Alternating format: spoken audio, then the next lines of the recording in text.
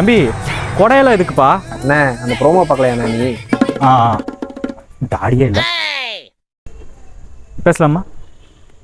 பேசிட்டா யோ இதான் அரை மணி நேரமா சொல்லிட்டு இருக்கேன். சார்ஜ் 15% இருக்கு.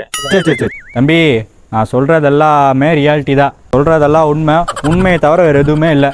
என்னன்னா கோர்ட்ல பேசுற மாதிரி பேசிட்டு இருக்க, சொல்லலாம் முதல்ல. தம்பி, நான் செஞ்ச சம்பவம் நம்ம ஏரியா பால்கார, தபால் கடைக்கார, மளிகை கடைக்கார, காய்கறி கடைங்க, இஸ்திரி கடைக்கார வரைக்கும் பயங்கர இதாக போயிட்டு இருக்கு. நாம தான் பெரிய பூலே. ஆனால் நீங்கள் அப்படியெல்லாம் போட்டுறாதீங்க. இந்த படத்துக்கு முன்னாடியில் ஒரு கார்டு போடுவாங்களே, என்ன கார்டு? Ration card. சொல்லுண்ணே ஃபர்ஸ்ட். அந்த கார்டை போட்டு மேட்ச் பண்ணிடுங்க.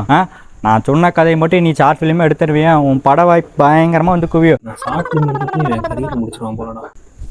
டேய் கேமாட்டா தம்பி, நம்ம ஏட்ட ஏதாவது கூப்பிட்றா, நம்ம அதை பற்றி கேட்பான்னு நினைக்கிறேன். சரியா, போயிட்டு வந்து கதை சொல்கிறேன். சரியா, சார்ஜ் போட்டு வைங்க. ஏய் இந்த ஆள் கதையும் சொல்ல மாட்டான் போல. சரி நீ போய் சார்ஜ் போடு. தம்பி, நம்ம கதையில் யார் நடிக்க வைக்க போகிறீங்க? அதையும் நீங்களே சொல்லுங்க. அவங்க அப்பா நடிக்க வைங்க. பர்ஃபார்மன்ஸ் சூப்பராக பண்ணுவாப்ல. சரியா?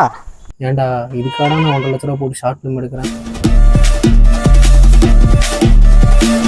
ஏய் உண்மையை சொல்லு, அன்னைக்கு என்ன நடந்துச்சு? நீ இதாப்ப நான் சொல்லிட்டு இருக்காங்க. நானே கூலி படம் பார்த்து மன உலகத்தில் வீட்டுக்கு வந்தையா. அப்புறம் வீட்டுக்கார மட்டும் என்ன சமைச்சிருக்கேன்னு கேட்டால் இட்லி தக்காளி சட்னி தான் செஞ்சு வச்சுருக்கேண்ணா. நமக்கு தக்காளி சட்னினா ஆகாது, போய் அதை குப்பையில் ஊற்றுனா என் மூஞ்சியில் ஊற்றிட்டாயா. வீட்டிலே கதவை சாத்தி விட்டாங்க.